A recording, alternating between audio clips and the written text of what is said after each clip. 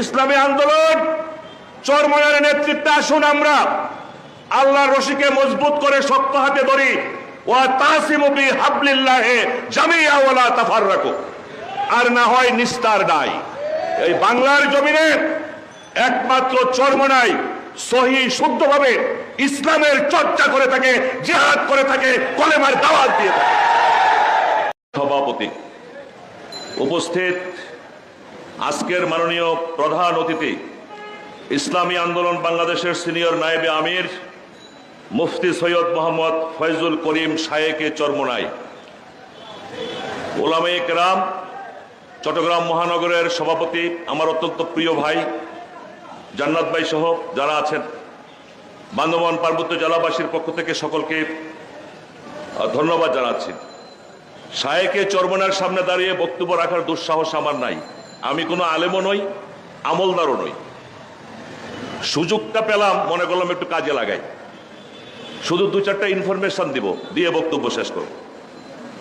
বক্তব্য হলো, সারা পৃথিবীতে মানুষ আন্দোলন সংগ্রাম করে কখন? যখন বৈষম্য হয়, বৈষম্যের বিরুদ্ধে আন্দোলন সংগ্রাম হয়। আমাদের ৭১ সালের মহান মুক্তিযুদ্ধ বৈষম্যের কারণে হয়েছিল।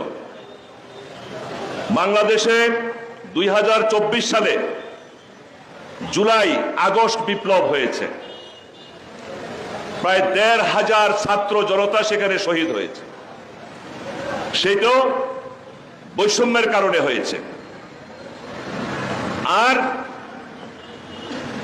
এই ৫৬,০০০ বর্গ মাইলের আমরা যারা পার্বত্য চট্টগ্রামে বসবাস করি, ১% অঞ্চলের মানুষ, বিশেষ করে বাংলাদেশি নাগরিক, বাংলা ভাষাভাষী মানুষ যারা, আমরা স্বাধীনতার ৫৪ বছর অনেক বড় বৈষম্যের শিকার হয়ে আছি।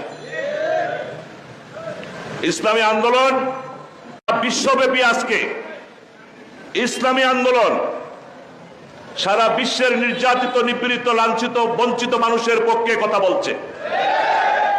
ইসলামী আন্দোলন ৫৬,০০০ বর্গ মাইলের প্রতিটা আনাচে কানাচে মানুষের কাছে কলেমার দাওয়াত পৌঁছে দিচ্ছে। ইসলামী আন্দোলন অন্যায়ের বিরুদ্ধে একমাত্র একটা ইসলামী দল, ইসলামী আন্দোলন, যেটা অন্যায়ের বিরুদ্ধে জিহাদ করছে। ইতিমধ্যে ইসলামী আন্দোলনের অনেক কর্মী ভাইয়েরা শাহাদত বরণ করেছে। আমরা দোয়া করব আল্লাহ যাতে তাদেরকে জান্নাতের সর্বোচ্চ স্থান জান্নাতুল ফেরদাউস নসিব করেন। আমি শায়েকে চরমনাই বাংলাদেশের সর্বোচ্চ জায়গায় তিনি বিচরণ করেন। ওনার কাছে আমার একটা আবেদন রেখে আমি বক্তব্য শেষ করে দিতে চাই। সারা পৃথিবীতে ৫৭টা স্বাধীন দেশ আছে মুসলমানের, ২০০ কোটির উপরে মুসলমান রয়েছে। মাত্র ১ কোটি ইহুদির কাছে সারা বিশ্বের মুসলমানরা আজকে নির্যাতিত, নিপীড়িত, লাঞ্ছিত, বঞ্চিত। আমি ওই ভাষায় বলতে চাই, আর সময় হাতে নাই।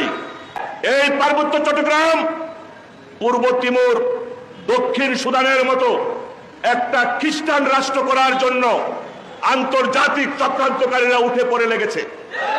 আমাদের কাছে পরিষ্কার তথ্য রয়েছে, গত ১০ বছরে এই পার্বত্য চট্টগ্রাম ২৬টা উপজেলা, ৩টা জেলায় প্রায় ২০০-র উপর ক্যাথলিক গির্জা, ব্যাপটিস্ট চার্চ গির্জা হয়েছে খ্রিস্টানদের।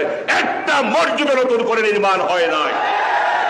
উপরন্তু শহীদ ওমর ফারুক ত্রিপুরা থেকে কলেমা পড়ে মুসলমান হয়েছিল, তার অপরাধ, সে মুসলমান।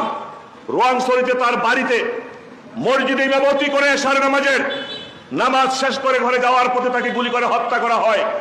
তার লাশ নিয়ে আমরা মিছিল করেছি। সারা বিশ্বব্যাপী ওমর ফারুকের ব্যাপারে আমরা প্রতিবাদ করেছি। সাজেকে একটা মসজিদ হয়েছে, অডিও ভাইরাল হয়েছে যে এই মসজিদটা ভেঙে দাও।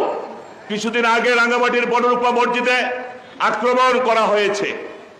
আজকে এই বাংলাদেশকে আমরা কোন অবস্থাতেই পূর্ব তিমুর আর দক্ষিণ সুদান হতে দিতে পারি না। আজকে নারায়ে তাকবীর, আল্লাহু আকবার, এই আওয়াজ পার্বত্য চট্টগ্রামের আনাচে কানাচে পৌঁছে দিতে হবে।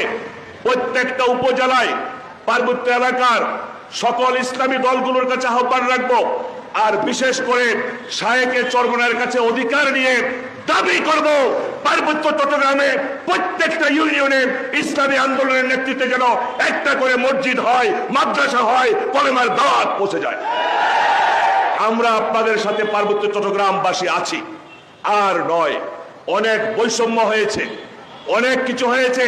পার্বত্য চট্টগ্রাম এই অন্তর্বর্তীকালীন সরকারের কাছে দাবি জানাচ্ছি, আপনার মাধ্যমে আপনি পৌঁছে দেবেন। আমরা অতিরিক্ত কিছু চাই না। এই পার্বত্য চট্টগ্রামে বাংলা ভাষাভাষীর মানুষ কনস্টিটিউশনাল রাইট, সাংবিধানিক অধিকার নিয়ে আমরা এখানে বসবাস করি, আর বাংলাদেশের প্রচলিত আইন সংবিধান পার্বত্য চট্টগ্রামে কার্যকরী হয় নাই আজ পর্যন্ত। নেতৃত্বে কর্তৃত্বে কোনো বাঙালিরা নাই, মুসলমানরা নাই। আমরা সকলকে নিয়ে সুন্দরভাবে সাম্প্রদায়িক সম্প্রীতির মাধ্যমে এই পার্বত্য চট্টগ্রামে বসবাস করতে চাই। গত সরকারগুলো গত 54 বছরে আমাদের সাথে প্রতারণা করেছে। অনেকে মদিনা সনদের আলোকে রাষ্ট্র পরিচালনা করার কথা বলেছে, মদিনা সনদের ধারে কাছেও তারা কেউ ছিল না। ইনসাফ ছিল না, ন্যায় বিচার ছিল না।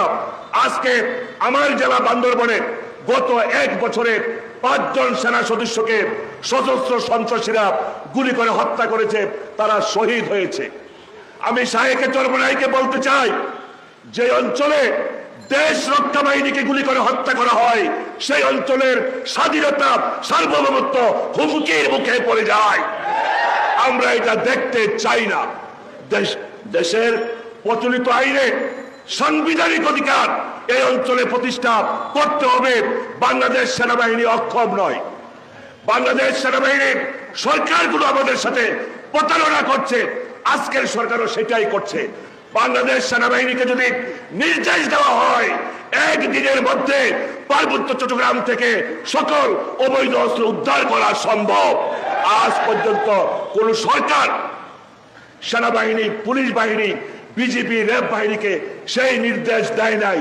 54 বছরে 36,000 বাঙালিকে হত্যা করেছে সন্তুলার মা। এই খুনির সাথে কখনো আলোচনা হতে পারে না। খুনির গাড়িতে কখনো লাল সবুজের পতাকা থাকতে পারে না। চুক্তি বাতিল করতে হবে, দেশের প্রচলিত আইনে দেশ চালাইতে হবে, মদিনার সনদের আলোকে ন্যায় বিচার প্রতিষ্ঠা করে, আর প্রতারণা নয়। আসুন ইসলামী আন্দোলনের নেতৃত্বে আমরা ঐক্যবদ্ধ হই, আমরা জিতবো ইনশাআল্লাহ। মর্নিং সুজদাডে সকালের সূর্যটা বলে দেয় সারা দিন কেমন যাবে। আজকে সারা বাংলাদেশে ইসলামী আন্দোলনের নেতৃত্বে যে অন্যায়ের বিরুদ্ধে প্রতিবাদ হচ্ছে, আশা করি আগামী সংসদ নির্বাচনে আমরাই বাংলাদেশের মূল পরিচালনার দায়িত্বভার এদেশের তৌহিদি জনতা আমাদেরকে দিবে ইনশাআল্লাহ। ধন্যবাদ, সবাই ভালো থাকবেন। আসসালামু আলাইকুম ওয়া রাহমাতুল্লাহি ওয়া বারাকাতুহু।